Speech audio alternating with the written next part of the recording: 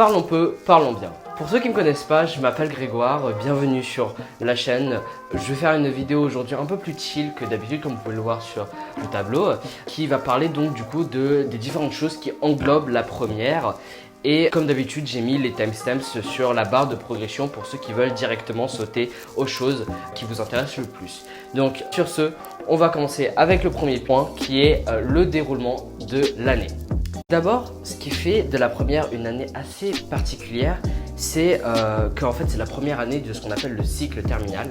Et c'est-à-dire en fait les 2 années qui vont compter pour le bac. Donc on a l'année de première et l'année de terminale, puisque en première, sous la nouvelle réforme, on a le bac de français à la fin de l'année et on a tout ce qu'on appelle le contrôle continu, c'est-à-dire toutes les notes que vous allez avoir en première qui vont compter en tout pour 40% de la note finale du bac. Et le bac de français lui comptera pour 10% de la note finale du bac. Donc c'est pas une année à prendre à la légère et c'est une année qui est assez chargée en général, hein. Il y a beaucoup plus de devoirs, beaucoup plus de stress, beaucoup plus de travail qui sera demandé par rapport à en fait la seconde qui est assez chill. Genre ça c'est mon ressenti, mon opinion, mais en général je pense que tout le monde peut être plus ou moins d'accord sur le fait que la première c'est plus difficile et beaucoup plus stressant de manière générale. J'avais pour but de garder la meilleure moyenne et donc du coup c'est pour ça que en général l'année a été beaucoup plus difficile, parce que quand tu as envie de garder plus ou moins la même moyenne ou alors avoir une moyenne un peu plus élevée, tu dois souvent faire plus d'efforts et pour moi du coup ça a été le cas. Autre particularité, c'est les spécialités. En première, tu choisis 3 spécialités. Moi je suis en maths, SES et AGGSP. Et en général, c'est assez difficile d'équilibrer à la fois les matières scientifiques, donc les maths, et la matière littéraire plus comme la SES et la GSP qui est histoire, géographie, géopolitique, sciences politiques, j'ai oublié de le préciser. Vous vous en doutez bien, les enseignements de spécialité sont en général plus durs et demandent plus de travail que les enseignements de tronc commun. Par exemple, l'aspect maths, en fait, c'est souvent considéré comme la spécialité la plus dure de toutes les spé qui vous sont proposées c'est d'ailleurs pour ça que je fais des vidéos en spé maths. Donc si vous avez le temps ou que vous voulez tout simplement être curieux, vous voulez voir à quoi ça ressemble la spé maths, allez voir ma chaîne, il y a plein de trucs sur justement l'aspect maths et aussi des trucs sur la seconde, c'est cadeau. Donc à présent je vais passer aux spécialités. Je vais pas faire toutes les listes de spécialités, je vais juste faire mes spécialités et mon ressenti sur les spécialités et vous donner peut-être quelques conseils pour chaque spécialité pour ceux qui veulent prendre maths ou AGSP l'année prochaine. Donc on va commencer par les maths. C'était pas pour moi la spécialité la plus dure de toutes, mais c'est quand même celle que les élèves redoutent le plus et je comprends pourquoi. Pour ceux qui veulent prendre l'aspect maths, en première, vous êtes sûrement déjà au courant de la difficulté de la matière et je suis là pour le confirmer, il faut s'accrocher en spé maths. Pour moi, ça n'a pas été la spé la plus difficile ou la matière la plus difficile parce que j'avais acquis les bases. Et en effet, maîtriser toutes les compétences de seconde en maths, c'est un énorme boost en fait par rapport à l'aspect maths, même si les notions qu'on apprend sont complètement différentes que par rapport à la seconde. Vous allez quand même utiliser presque tout le temps, à presque tous les chapitres, des notions que vous avez vues en seconde ou dans les années précédentes. Donc vraiment, revoyez en détail, si vous avez le temps, toutes les compétences que vous avez, sur lesquelles vous avez buté en seconde, pour que comme ça vous arriviez en première de manière beaucoup plus à l'aise et beaucoup plus confiante.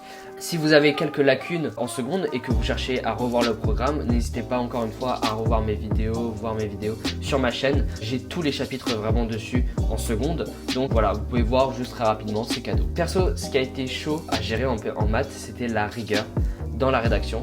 Parce que je trouve qu'en seconde, on n'est pas assez formé à ça, enfin du moins je l'ai senti moi, qu'on n'est pas assez formé à rédiger, etc. Parce que c'est pas ultra important en seconde, t'as pas vraiment besoin de savoir bien rédiger. Il y a certains professeurs qui vous apprennent à bien rédiger, hein, mais le mien, t'es un très bon professeur. Mais par exemple, t'avais le calcul et le résultat qui était bon, c'est tout. T'avais juste 20 à ton évaluation.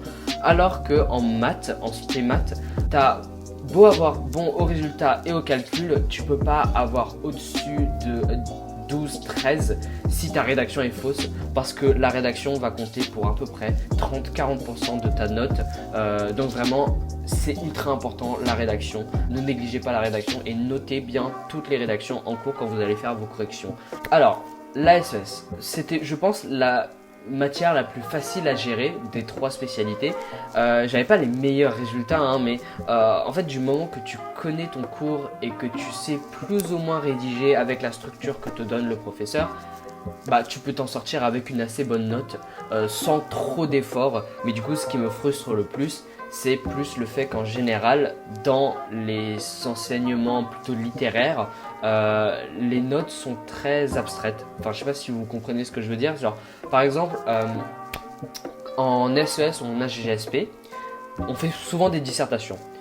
Et bah, pour une seule question de dissertation, on peut avoir une infinité de plans et de réponses possibles, on est d'accord. Et donc, chaque professeur peut noter différemment une seule et même copie, alors qu'en maths, j'ai plus l'impression que quand tu as ta copie, certes, on a toujours un barème qui va aussi différer en fonction des individus des professeurs, mais beaucoup moins que dans les matières littéraires, parce que on est tous d'accord qu'en général, les raisonnements doivent suivre un certain barème beaucoup plus strict et beaucoup plus carré, et les résultats seront plus ou moins les mêmes. Donc, tu peux savoir d'office si quelqu'un a géré ou pas géré un DST de maths, si tu te concertes plus ou moins avec tes amis. Alors que à la sortie des DST de SES HGSP, tu te concertes avec tes amis, tu sais pas forcément si tu as géré ou tu n'as pas géré. Bon, du coup, c'est comme ça, et il faudra être au courant de ça si vous voulez prendre les matières en général littéraires, mais bon, ça arrive même en français, hein, partout dans les matières. Et vous allez souvent, donc encore une fois, faire des dissertations en SES, et la structure qu'on vous demande peut parfois différer en fonction des matières. Donc c'est pas parce que, par exemple, vous avez vu une façon de rédiger en français pour la dissertation que vous devez l'appliquer en SES. Assurez-vous que le professeur de la SES soit d'accord avec cette structure-là, parce que je sais qu'il y a eu beaucoup de confusion avec certaines classes qui se mélangeaient justement les rédactions.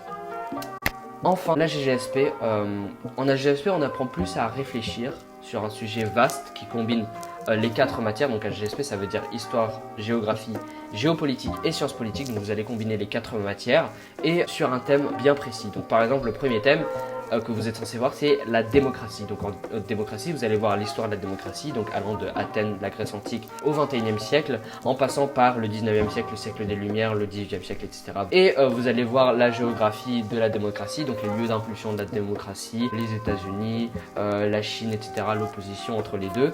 Et en géopolitique, donc les différents conflits, etc., qui animent la démocratie, autour de la démocratie de manière générale, et puis la politique, bref, vous avez capté. Donc vous voyez déjà que c'est une matière qui n'est pas à prendre à la légère, et si tu veux avoir de très bonnes notes, je pense qu'en fait la clé c'est d'être ultra intéressé dans les chapitres que tu fais, et honnêtement il y a de quoi être intéressé, hein. Par exemple, nous on avait fait un chapitre sur la puissance pendant que la guerre en Ukraine avait éclaté, donc en février plus ou moins, et on en a beaucoup parlé en géopolitique. En général, à partir du moment où tu es investi dans cette matière, et d'ailleurs ça vaut pour toutes les autres matières, hein, mais surtout pour la GHP, tu es beaucoup plus enclin à comprendre les attentes du professeur, et les attentes du professeur sont parfois énigmatiques ou très abstraites. Donc pour moi c'est la matière la plus dure des 3 SP, parce que bien que assez intéressante, la matière elle requiert énormément de savoir en un si peu de temps. Par exemple, moi j'avais pour le cours sur la démocratie, j'avais un cours de 30 pages, 30-40 pages à peu près, ce qui est énorme, hein. Et on vous demande de faire une dissertation dessus sur un cours de 30-40 pages, sans compter les jalons et sans compter les bouts de culture générale que tu dois apprendre par-ci par-là pour avoir une meilleure note, une note au-dessus de 15 en général. À présent, je vais vous donner quelques conseils, 3 conseils qui peuvent paraître tout cons, mais qui pourtant ont complètement sauvé mon année de première. Et si vous suivez ces 3 conseils en même temps, honnêtement, il n'y a pas de raison que vous ratiez votre année de première. Donc voilà. Le premier conseil, c'est se faire des groupes d'études.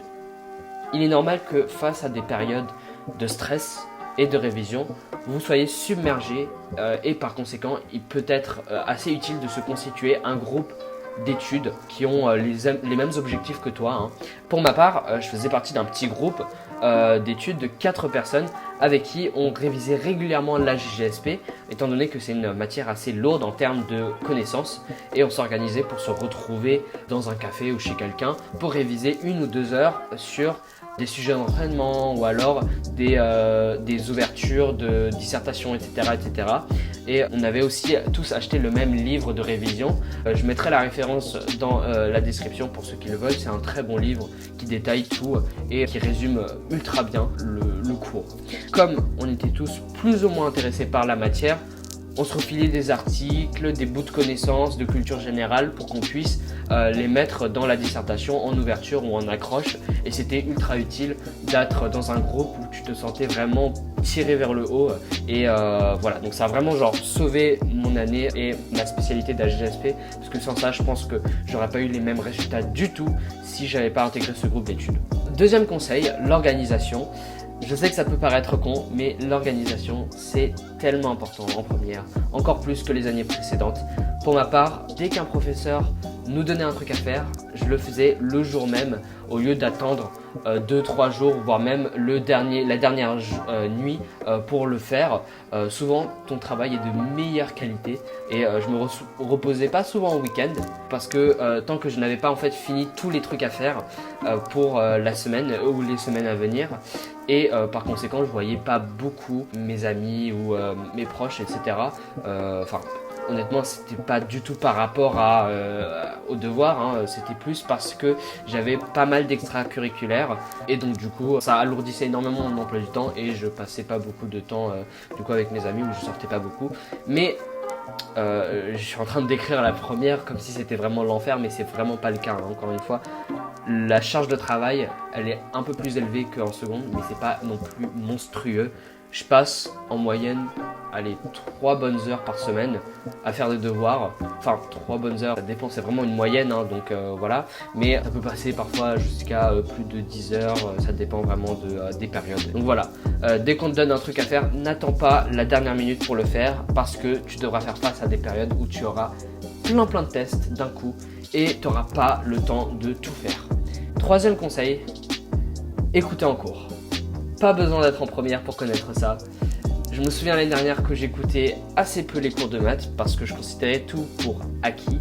Mais quand je rentrais chez moi, je déprimais souvent devant mon cours parce que je comprenais rien. Mais quand tu te rends compte qu'en fait c'est assez logique, etc. en seconde, tu t'en sors avec un petit 17 et on n'en reparle plus. Mais ça, c'est pour la seconde.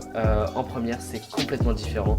Tu fais ça en maths, tes chances d'avoir au-dessus de 15, voire même au-dessus de 13, elles sont très fines si tu adoptes cette technique. Elles sont pas impossibles, hein, mais ce sera juste très dur et tu te tires plus une balle dans le pied qu'autre chose.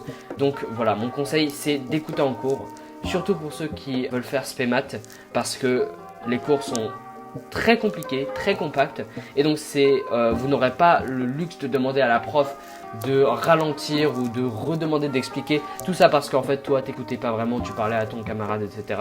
La prof elle a quand même un programme à suivre. Certes c'est son job de te faire mieux comprendre, mais d'un côté il y a énormément de chapitres donc elle avance relativement vite par rapport à l'année précédente.